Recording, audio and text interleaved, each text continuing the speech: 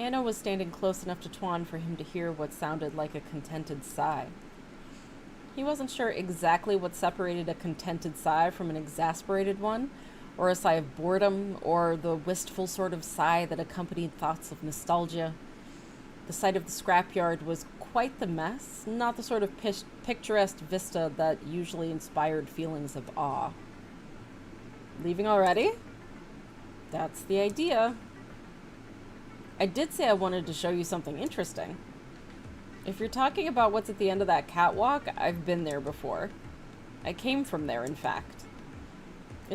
I'm not interested in what's at the other end of this catwalk. Then where are you going? Going down. Oh. Hey.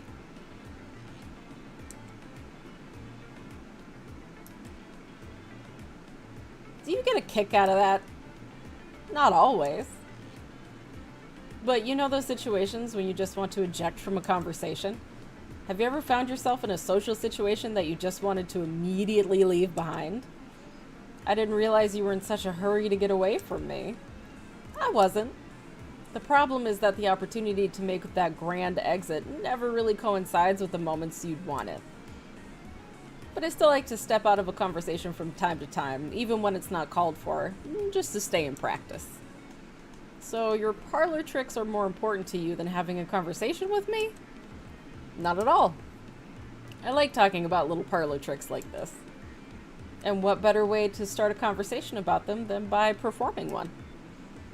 So now what? Well, I did have another reason for jumping down here. I did tell you there was something I wanted to show you, didn't I? Oh, so that stunt wasn't the main attraction? Our destination is down there.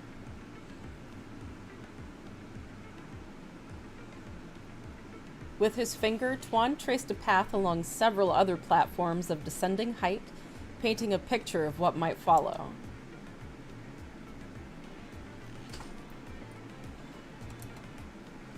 You can jump down. I don't have the feet of an athlete. Landing is less about your feet and more about what you do with your legs. Just bend your knees when you land and it'll distribute the impact force to your hip bone instead. Hanging like this is not the best time for me to learn lessons on athleticism, methinks. It's really simple. Just be sure not to lock your knees. The more words you say, the less I feel confident in my ability to execute them. Just do what comes naturally, I guess. I guess my slow and steady method worked. It's a robot! It's a vacuum cleaner? It's got a kind of a Roomba-like appearance to it. The bots are all different. How did it get here? If all it can do is roll, how is it supposed to get up or down? Maybe it's not supposed to get down or up. Maybe this platform is where the bot's supposed to hang out until someone moves it to some other place. Someone like us? Boop. You probably shouldn't mess with it. You're sure? If someone left it here, they're probably going to come looking for it. It would be a problem if we became responsible for the bot getting lost. How would you feel if someone moved something that you left in a specific location? If I left something like a purse in a place like this, I would hope someone would pick it up. Maybe turn it in at the cafe. But this little duder seems to have been intentionally left here. Maybe it was left here to finish a job. I think it's so bored and waiting for someone to move it. Can we move it? We really shouldn't. Well, okay then. That looks dangerous. All of this looks so dangerous. Is this what you wanted to show me? No, this is just one place on the way there. Ah, good. He wasn't concerned with appreciating the sights. Hey, Dr. Derp, how's it going? His eyes moved with purpose, attempting to carve a path forward. We'll get there. Is this safe? I feel like I'm a bit young to be asking that question. Or answering it. You think young people need to take risks? Nope. I'm just too young and inexperienced to recognize danger when I see it.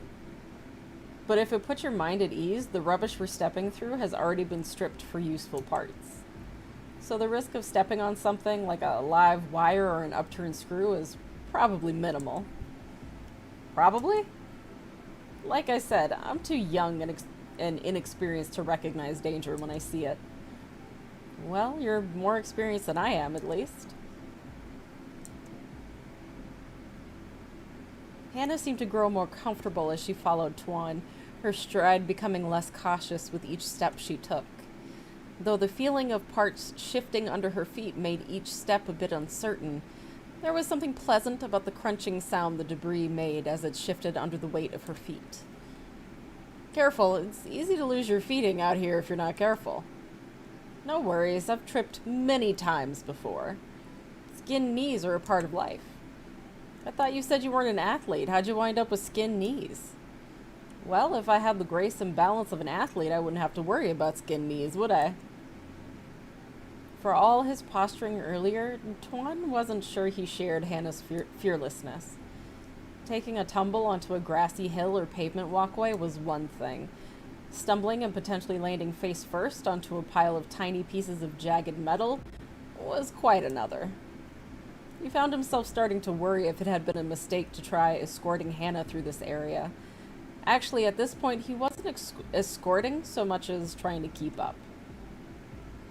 Hannah crested a hill in front of him, and as he opened his mouth to yell out a word of caution, she disappeared over the top, and he lost sight of her.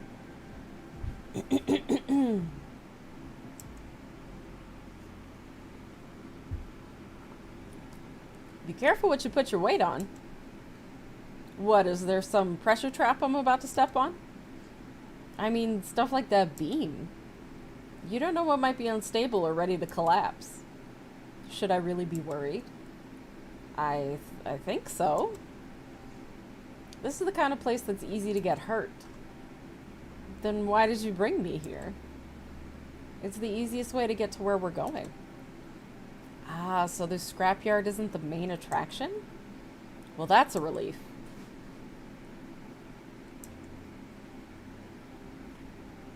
So what here is dangerous? Just the cruft that we're stepping through? There's nothing sharp or long enough that it'll break the soles of your shoes, but it's not the kind of surface that you want to land on face first. Noted. I'll try to avoid landing face first. I guess I should exercise a bit more caution, huh? Sorry if I'm a bit rambunctious. I guess I'm bad at evaluating risk. Is that a chronic condition? Well, I followed you here, didn't I? Anything ahead I should take note of? Just more of the same. Sweet. Then I guess I don't know what to expect. Oh, then I guess I know what to expect.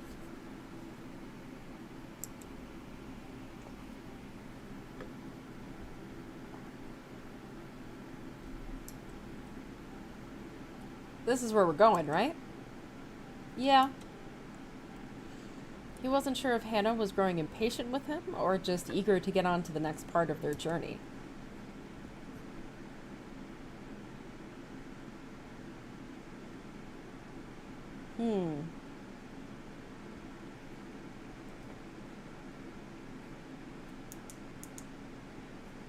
Forgot to change my light over. I have not been paying attention. Also, let me make my throat feel better. I was wondering why my light was like so bright and like kind of hurting my eyes a little bit.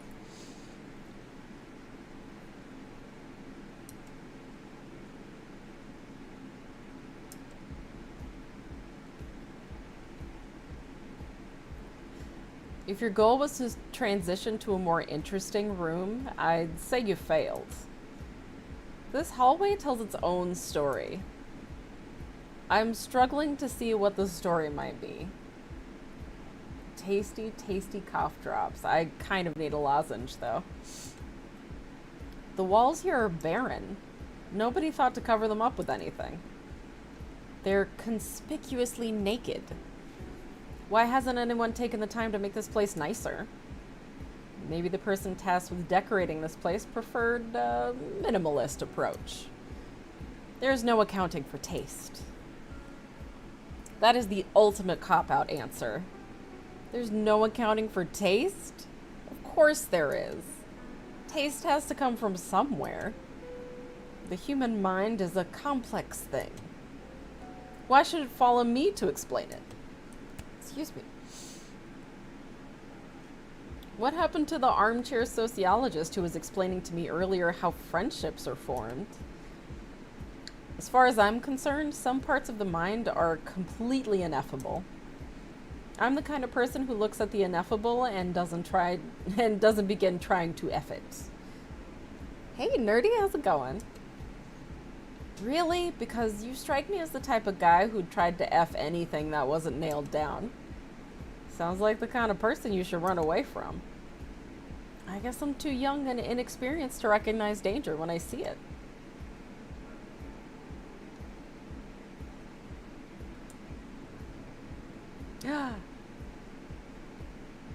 Are they gonna hold hands?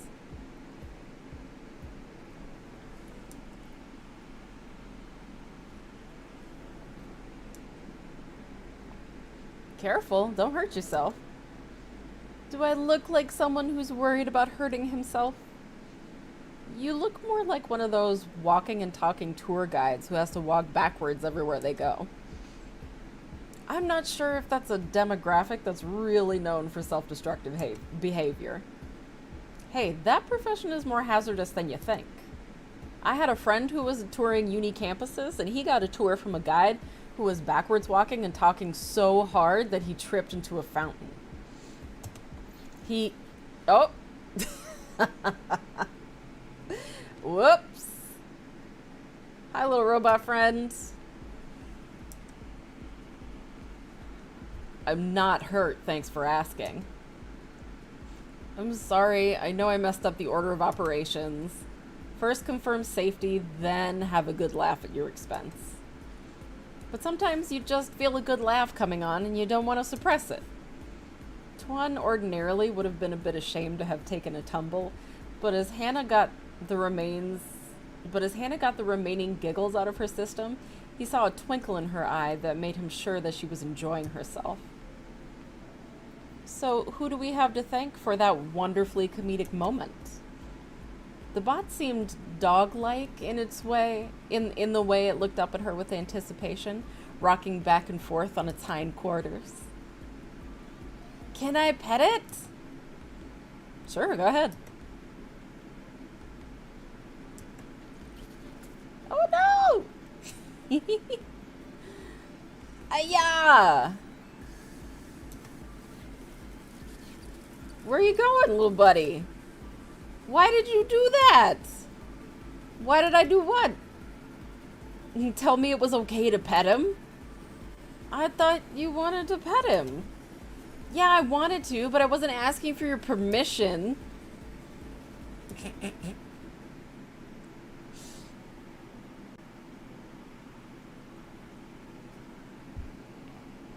You just seemed really bothered when I said not to touch them. The other times, I mean. I didn't need your permission. I was asking your opinion. You know, since you seem to be such an expert on this place. I thought I'd ask, hey, any risk associated with what I'm about to do? You know, so I can make an informed decision? So imagine my surprise when I do the one action you decided to greenlight and it ends up with smarting fingers. Are you okay? I'm fine. I'm fine. Several moments passed in silence as they continued walking. Tuan wasn't sure whether it was a good idea to say something in his defense, but the silence seemed even worse, so he started talking. I thought you'd be really disappointed if I said it would be a bad idea to pet him. Like I said, I wasn't asking for your permission. If I wasn't prepared to hear no for an answer, I wouldn't have asked. I'd very much appreciate it if, when I ask a question, you actually say what you think rather than telling me what you think I want to hear. I'm sorry. You're forgiven. I guess that dramatic outburst was a little more than what the situation called for. But, geez, sharp pinching pain is the worst. Worse than throbbing pain? Of course. Why do you think I found it so easy to laugh at your stumble? Throbbing pain is comedy. Sharp pain is tragedy. Well, at the very least, I hope I've persuaded you of the dangers of backwards walking and talking. Indeed, you should probably do the rest of this hallway walk facing forward. That sounds like a challenge. Thanks for coming out for tonight's tour. This marks the end of our tour for the nondescript hallway. If you think anything is nondescript, you need to come up with better descriptions. I can come up with several. Dull, sterile, boring. I wouldn't say this place is sterile personally, but that's just me. Nondescript is such a great word, though. Have you ever read Lovecraft? So many of the monsters in his book were so so unimaginably terrifying that their appearance defied explanation. Mighty convenient, that, for the guy who was writing the books. Who was writing the books? Lovecraft. I just said that. Lovecraft is the name of the author? For real? Yeah. Why would someone name their kid after the word that people use to describe eldritch horrors? You're gonna have a real cow when you hear about this guy named Mud. Let me guess. His name was Mud. Indeed.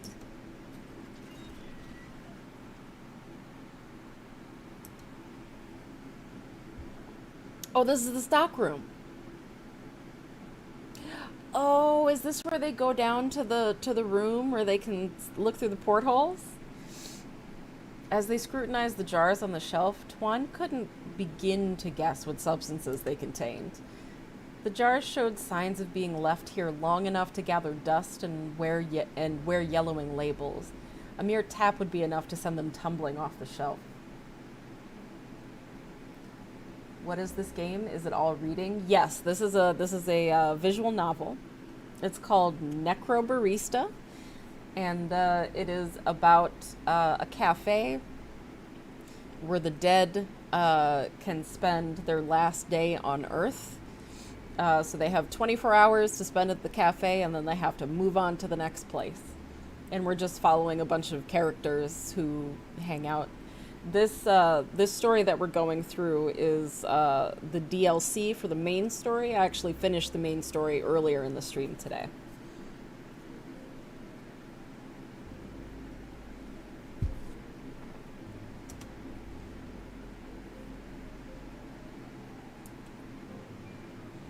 Now, this is interesting. Why do you suppose they'd stick these way out here?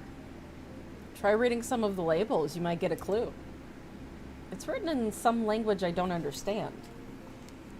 It's Latin. At least some of them are. You speak Latin? I don't speak Latin per se, but I've sort of developed an ad hoc understanding when it comes to common words, phrases, acronyms, etc. Those are Latin phrases, I take it. Yes, now that you've explained my joke, it's hilarious.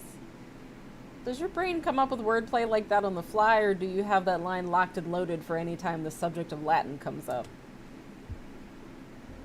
When I was a kid, I spent 2 years taking an after-school linguistics course because my mom thought it was an English class for non-native speakers. You pick up some things along the way, and 6-year-old brains often try to cram as much as... Excuse me. Goodness. You pick up some things along the way, and 6-year-old brains often try to cram as much of what they've learned into a single sentence or paragraph. I'm not 6 years old anymore, but I guess the habit stuck.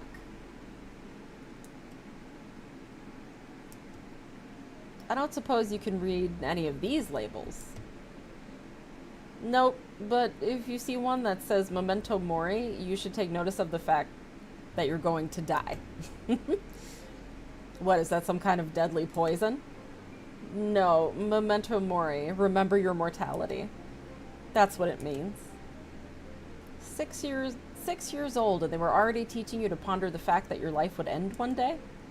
What kind of linguistics class were you enrolled in?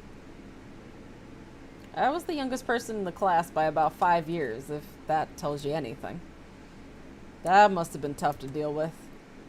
Nah, it was just the start of a lifelong pattern of me feeling more comfortable around my elders while constantly struggling to connect with my peers.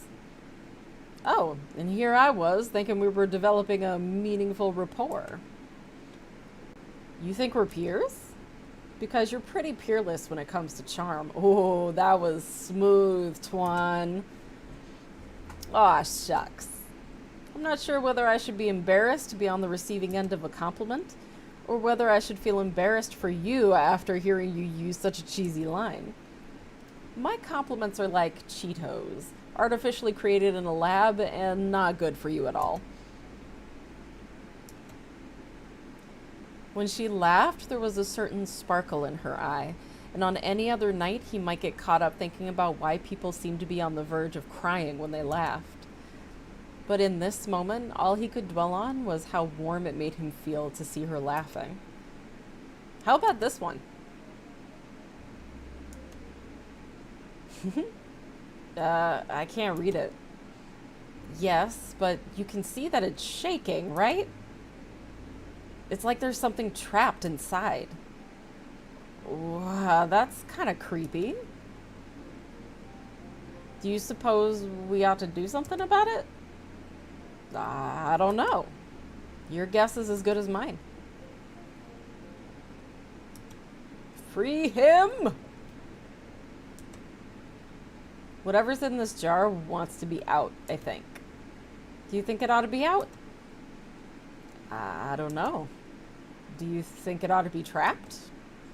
It doesn't really strike me as a nefarious thing, but that's the strongest endorsement I can give. Oh! Thank you. Tuan felt a warm glow around them, and it occurred to him that perhaps this was the inverse of what some people might feel upon seeing a benevolent spirit. Did you hear that?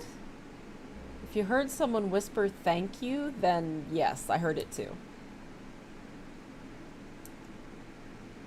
Do you think we did something we shouldn't have? What's this we stuff? 2 hands touched that jar, and they were both yours. Yeah, but I get the feeling that we just unleashed something. I got that impression as well. Do you think we made a mistake? I think that you opened a jar that, without your interference, would have shattered anyway. So I'm not sure that our being here really changed anything. You're right. What if your existence here doesn't really change anything? I wasn't trying to be existential with that comment. So you did it without even trying? Wow, you're a real natural. Aw, shucks. Nobody's ever told me I have a talent for bringing up existential ambivalence. Well, damn the consequences. I'm glad we came here. I'm glad we came here too. Do you ever get that feeling like you've already sort of committed to a line of action, but you're still not sure whether it's going to lead you to something great or something that could hurt you? Are we still talking about the jar? Well, now that you said it, the pretense is gone. Let's get a move on, shall we?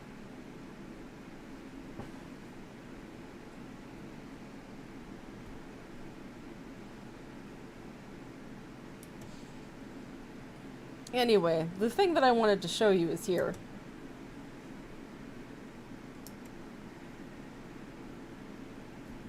Huh. Mind the gap. Oh. This is where the death train goes. Tuan's heart was pounding violently, but he knew himself well enough that it wasn't a fear of heights that was making his heart race. I hope you're not afraid of heights.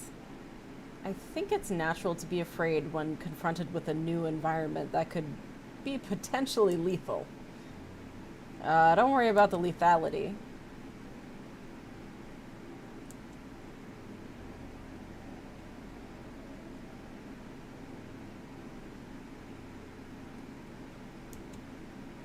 See? Nothing to be afraid of. Hannah touched him in the sort of way Tuan would have expected from her, just to confirm that he was really standing in front of her and not some illusion. But her hand seemed to linger on his chest several moments longer than a simple spot check ought to have taken. He found himself feeling a bit disappointed when she finally withdrew her hand. Doesn't seem pleasant. The fall, I mean. Just because you can doesn't mean you should. Just because you'd survive doesn't mean it would be enjoyable. I know roller coasters are mostly safe, but I avoid them nonetheless. The falling does take a bit of getting used to. There's some deep primal fear in your body that gets unleashed when it realizes that it's had nothing to support its weight for several seconds. You get used to it over time. I get that it must be an exhilarating experience once you get past the sheer terror of it. What I want to know is how you've repeated it enough times to get over the fear. What compels a person to do that sort of thing? Truth be told, I don't know if I've ever gotten over the fear. Some people like to embrace the terror. It's the same reason that people go to horror movies or read books that make them cry. Or listen to albums that make them sob into their pillow. Yeah, some people just want to feel something, even if that something isn't warm and cuddly feelings. Is that downtown? I think so. But I don't really know the area that well, so you'd have to tell me if you recognize anything. I don't recognize anything specific. But judging from the number of rooftop bars, I'd say you're right about the location. Do you suppose any of them can see us up here? I don't know. It's kind of amazing to look at the city like this.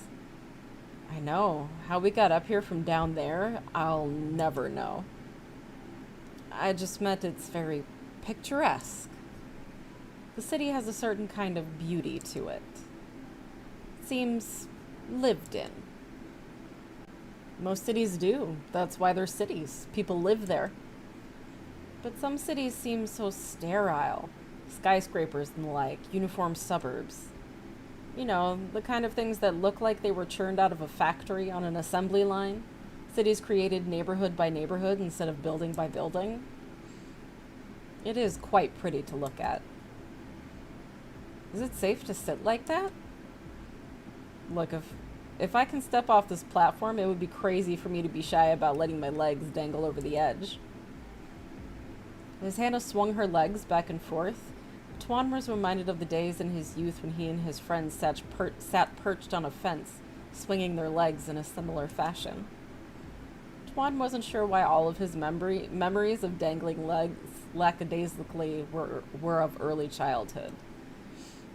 Maybe as his legs grew longer, his desire to try and climb on top of tall structures solely for the sake of sitting on them had waned. Hannah seemed utterly carefree, and the thought occurred to Tuan that it had been a long time since he had seen anyone his age acting in a way that could be described as carefree. It appeared everyone he knew had spent their life gradually accumulating more cares, never stopping to wonder whether having a great number of things to fret over was truly a good thing. At a glance, the cityscape below them seemed vivid and full of detail, but the more that Tuan tried concentrating on any particular part of it, the more his vision blurred. From up here, the city's neighborhoods all seemed to run together, as if the actual structure of the buildings were indifferent to the dividing lines its inhabitants tried to draw. Although the city was divided into different regions, there was no clear point at which North Melbourne ended and Carlton began. Each city block acted as a discrete Each city block acted as a discrete yet indistinct part of a larger whole. You know, I should be able to see my house from here, but I can't. Or, at the very least, I can't recognize it. Actually, I can't recognize anything. When I look at the broad picture, I say, oh yeah, that's totally the Melbourne skyline. But I can't pick out a single facet or landmark that is where it should be. It's uncanny, isn't it? It certainly has a dreamlike quality to it. Do you think we're in a dream? No, but I have considered the possibility that maybe I'm in a dream and you don't exist. Really? I was thinking it was the other way around. I'm the one who's dreaming and you're the one who doesn't exist. I guess it's all about perspective. Considering the number of dreams that end with the sensation of falling, sitting perched on a rail platform above the clouds would be a good setting for the climax of a dream. Maybe when you stepped off the platform, you just tumbled into a different dream. Maybe it doesn't matter if existence is but an illusion, just so long as we're here to experience it. The two sat in silence a few minutes longer, stealing periodic glances at each other. Tuan wondered what might be happening in Hannah's head. Perhaps Hannah's mind was taken up with thoughts of what Tuan was pondering. Oddly, despite the silence, they seemed to have grown closer, as if somehow imagining what another person was thinking was somehow enough to make you feel as if you knew them better.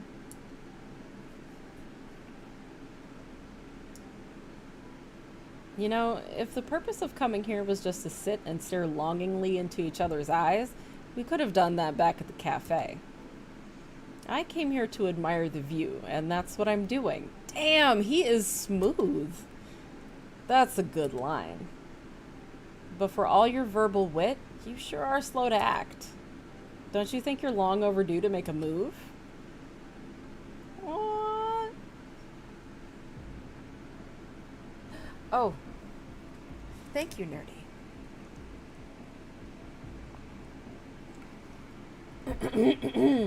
My throat is so raw from reading. Why did it take you so long? It's easier to say something clever than to say something sincere. Aww. Her head is so much larger than his.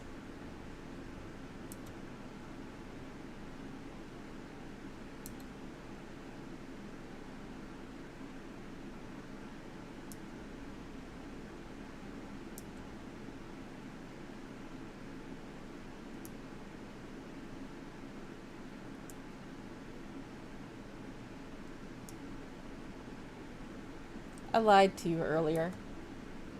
About what? Remember when I told you about my mother's leukemia diagnosis? How I was 15 years old at the time and my father left us? Yeah, I remember. Well, I lied about one thing. My mom wasn't the one who got the leukemia diagnosis.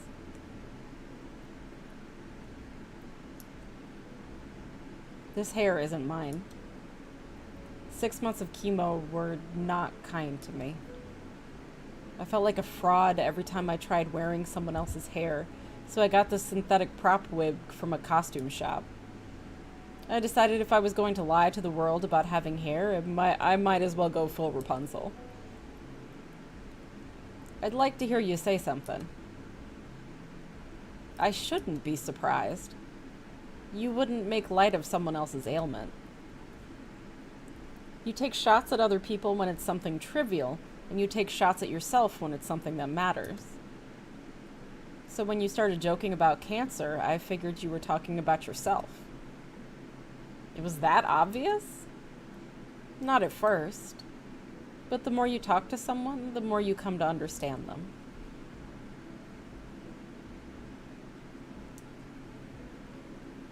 You interrupted something. I know. I was leaning into... I know.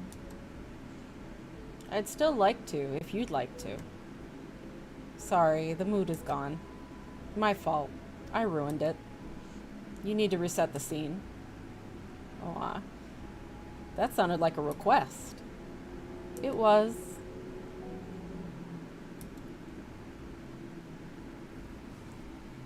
Tuan knew the rules of conduct in the terminal.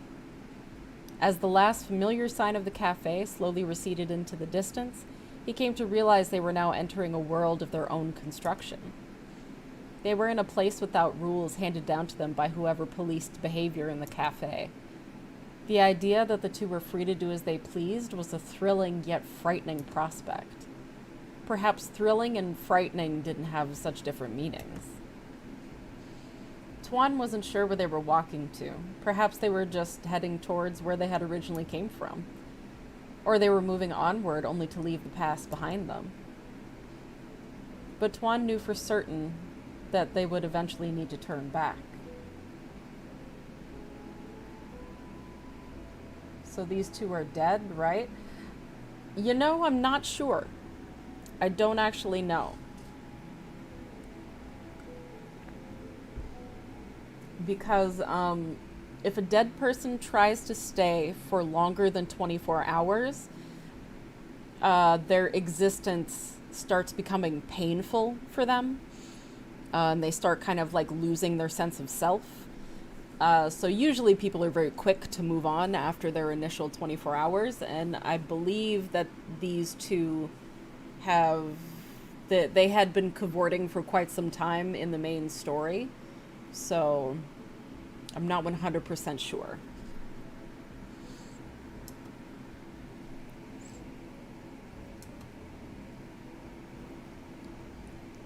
Oh. There goes Amtrak. Despite the revelation that had come only moments earlier, Tuan felt oddly at peace. Hannah had shared a secret with him. It was an affirming thing.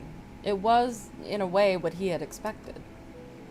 In fact, things were happening almost exactly as he had imagined, and that filled him with an overwhelming sense of dread, the fear that someone might discover him for who he was.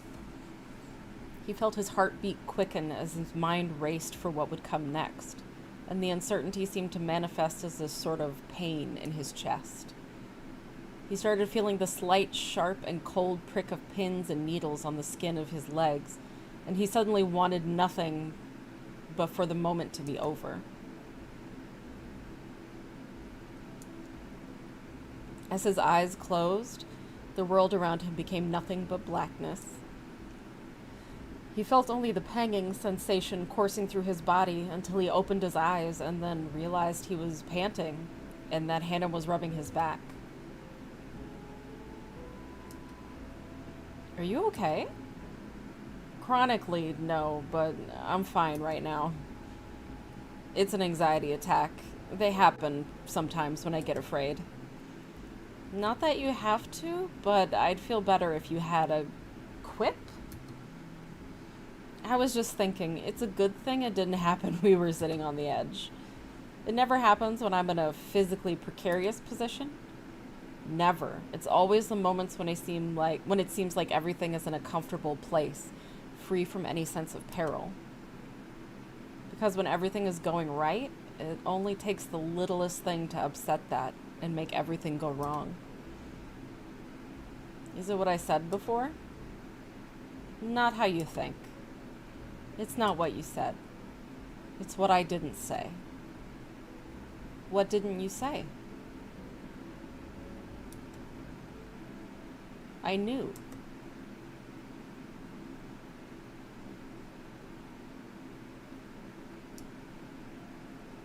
Natural redheads rarely have blue eyes. That was my first clue. And when you started talking about chemo, that was when I put it together. You knew? Yes. I wouldn't have the courage to talk to you otherwise.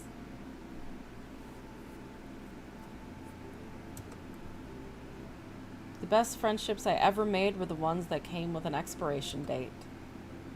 That's what you said earlier. I think I understand now. He could see a wetness around the corners of her eyes. It was a look he was familiar with, but he was used to seeing it in the mirror the moment right before the tears started to flow. But the tears never came, and Hannah's eyes remained fixed on his, her gaze brimming with a sadness, frustration, or anger that Tuan couldn't quite place.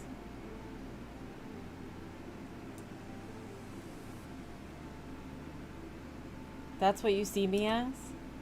A girl with an expiration date?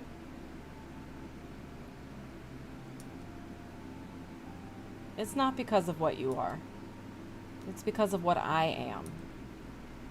I didn't want to reduce everything to...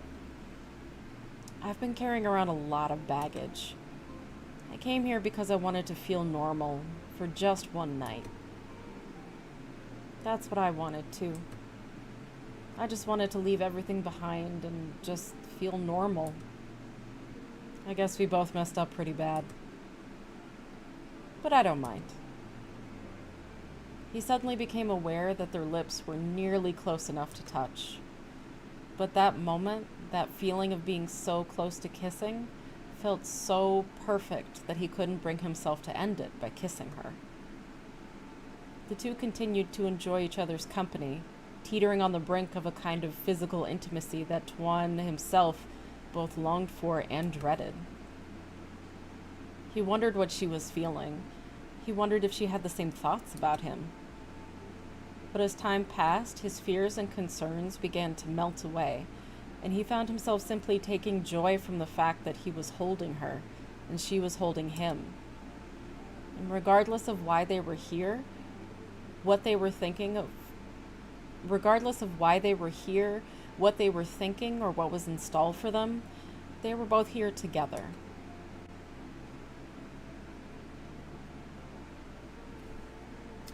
Hey, Darksteel.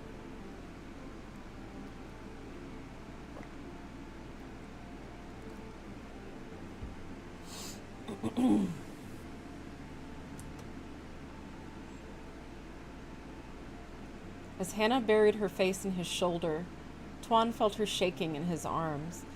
He felt her hot tears as they soaked through the fabric of his shirt. He wondered if these tears were the kind that people fondly expressed as coming from a good cry.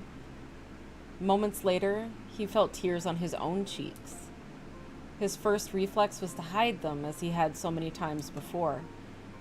And yet, as he felt the warmth streaming down his cheeks, he could see nothing but a kind, beautiful acceptance in Hannah's eyes. Tuan wondered if there was a world in which a tram might pull up to this platform in the sky, so he and Hannah might board it to be whisked away and never return home.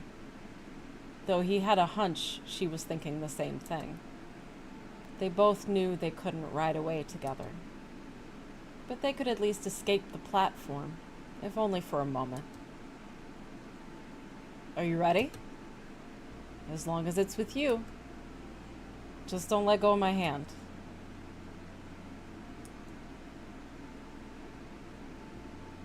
Tuan felt Hannah's grip on his hand tighten as they tumbled off the edge together. The feeling of exhilaration passed just as quickly as it had come. As Tuan stared into Hannah's wide, sparkling eyes, he found himself no longer feeling the same longing and excitement that he had felt before.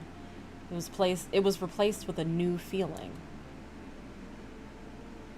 He felt a sense of contentment that made the moment feel so perfect that he knew they had to find a perfect way to end it before something came along to ruin it.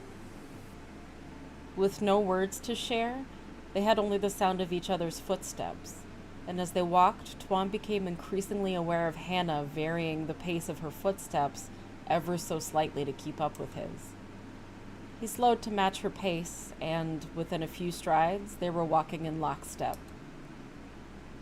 And then he found himself slowing down again, letting Hannah take the lead, only for her to slow her steps down once more.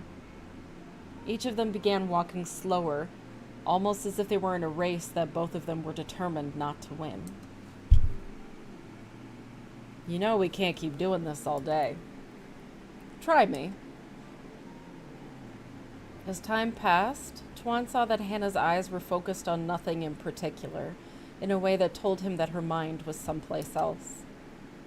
Strangely, it comforted him to know that Hannah, even when she was with him enjoying their company, did not seem to feel the need to be perpetually present. She was willing to let her mind wander, and as Tuan retreated deeper into his own thoughts, he wondered if perhaps the most intimate thing that two people could do was each be alone together.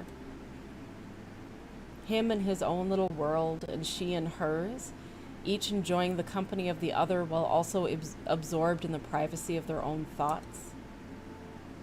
You went out tonight looking for something very specific. Yeah, I might not be that specific thing. And if that's true, then I'm okay with it. And if it's not, then I guess I'm okay with that too. Me too. At least, I hope so.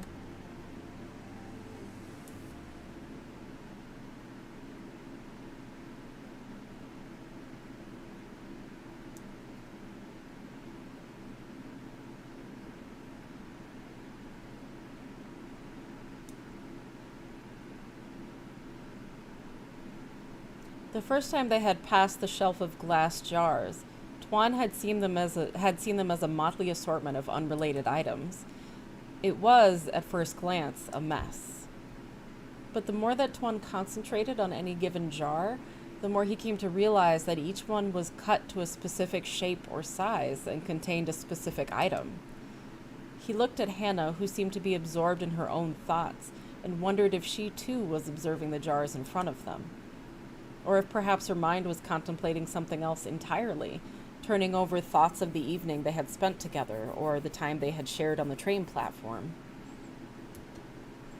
You think that I'm carrying around a lot of pain.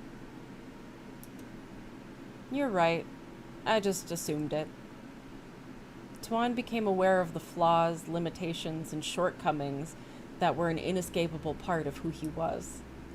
It served as a reminder that every moment he lived was a sort of gift. As long as he was enjoying being allowed to experience the moment, he really felt he had nothing to complain about. Of course, he still felt pain and didn't enjoy it. His position of accepting the moment wasn't something he had come to easily. But now he was so firmly rooted in his stance, nothing that happened around him was going to change it. Tuan thought he should vocalize this, and yet it seemed selfish to do so in front of Hannah, who very well might not be carrying that same sort of self-acceptance. And if the moment called for him to be silent, he was okay with that. I've been thinking about myself.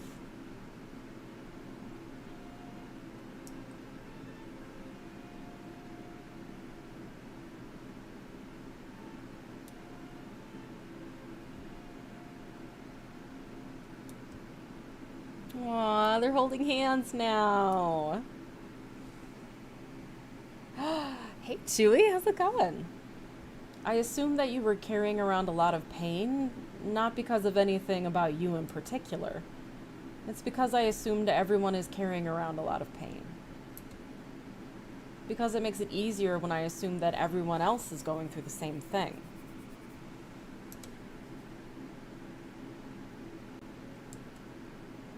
I think I have figured out one thing about you. I think you like me. Is that such a surprise? I just gave you a new piece of information, and it's a pretty big one.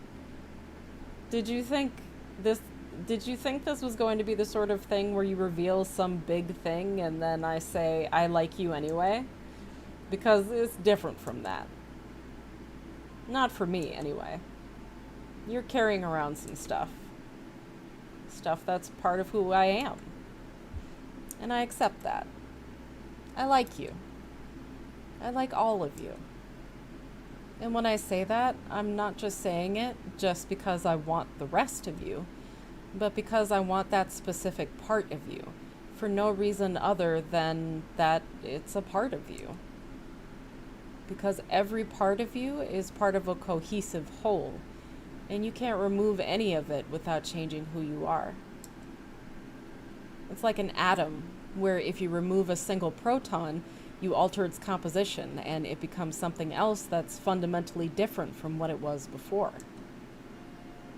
You don't get to carve out your favorite or least favorite parts. So when I say I like you, I mean I like all of you. Because that's the only way for me to say that I like you and actually mean it. You're not the first person who's ever said something like this to me before, you know. I've heard it in counseling before.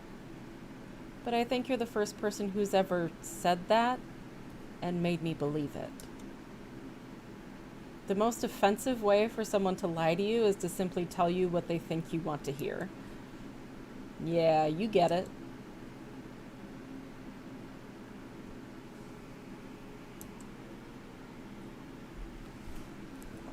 I am doing very well, thank you. I'm glad you're doing all right, too.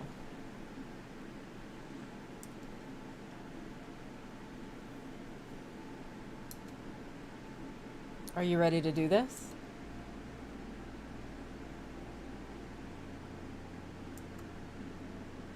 I'm ready, as long as you're doing it with me.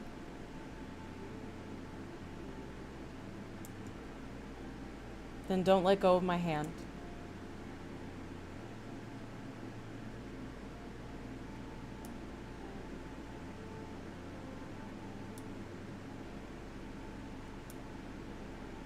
Tuan waited for the moment when Hannah's form would start to fade, vanishing in the way that visitors from beyond the grave always did when leaving the terminal. Oh my god, she's dead!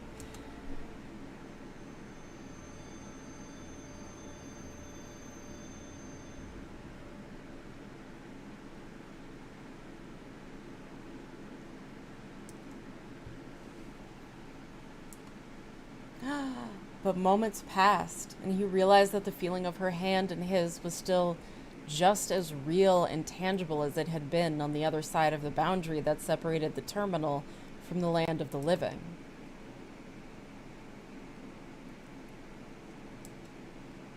Are you... I'm still here. I go in for my next round of chemo tomorrow. Oh my god. That was not funny, Necrobarista, tricking me like that. Oh my god. My heart. Say, don't you think you're long overdue? Aw, they're smooching. I love how she's taller than he is. That is so adorable.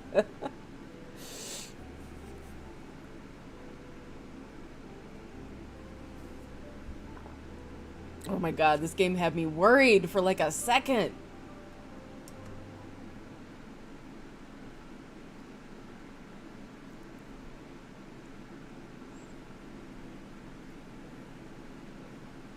Oh, and that was it. That was Necrobarista. Shit. If you have not been with me since the beginning of this game, and if you like visual novels and narrative experiences, if you like contemplating death and existentialism and letting things go, I strongly recommend this game. It is so well written, and all of the characters are so neat and interesting. That might not have been the best example of how interesting and diverse the characters are, because I feel like both of those characters were kind of written by the same person. But yeah, definitely give this a shot if you like visual novels and if you like reading. I know reading isn't everyone's bag. And there is a gameplay aspect to it, in that in between each chapter, or excuse me, during the chapter, some of the words get highlighted. And in between each chapter, you have to pick, I think, 7 of the words that showed up. And they give you these, like, tokens. And then you are walking through the cafe right after, and you can spend those tokens on reading the stories of some of the other departed souls that show up at the cafe. And you can't get them all in the first run, you have to play multiple times. That's what these memories are about. So yeah, that was Necrobarista. Hey there, Dan. How's it going? Okay, so